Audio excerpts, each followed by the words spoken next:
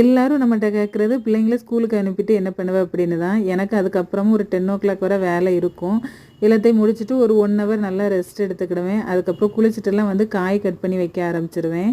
கீரை தான் வாங்கியிருந்தேன். ஃபுல்லாக ஆஞ்சு வச்சுட்டு மறுநாள் ரவை தோசை போடணும்னால பல்லாரிலாம் கட் பண்ணி வச்சுட்டேன். ஒரு சின்ன வெங்காயம் உரித்து வச்சாச்சு. பச்சை மிளகா வாங்கியிருந்தோம். அதையும் காம்பெல்லாம் ஆஞ்சு வச்சுட்டு தேங்காவுமே திருவி வச்சுட்டேன். பிள்ளைங்க இருந்தால் தண்ணி அவங்களுக்கு கொடுப்பேன். அவங்க இல்லாதனால நானே குடிச்சிட்டேன்.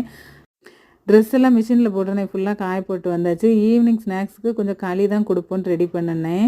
அத்தை எப்பயுமே உப்பு களி அடிக்கடி கிண்டிடுவாங்க. அந்த கருப்பட்டி களி கிண்டி ரொம்ப நாள் ஆச்சு. தம்பி பாப்பா 2 பேருக்கும் மட்டும் 1 டம்ளர் மாவில் ரெடி பண்ணியிருந்தேன். கருப்பட்டியை போட்டு நல்லா கொதிச்சதுக்கப்புறம் அந்த மண்ணெல்லாம் இருத்து வச்சுக்கோங்க. மறுபடியும் சட்டியெல்லாம் கழுவி மாவை போட்டு கொஞ்சோண்டு தண்ணி ஊற்றி கட்டி இல்லாமல் நல்லா கலந்து விட்டுட்டு மிச்ச தண்ணி ஊற்றிட வேண்டியதான். 2 ஸ்பூன் நல்லெண்ணெய் ஊற்றினேன்.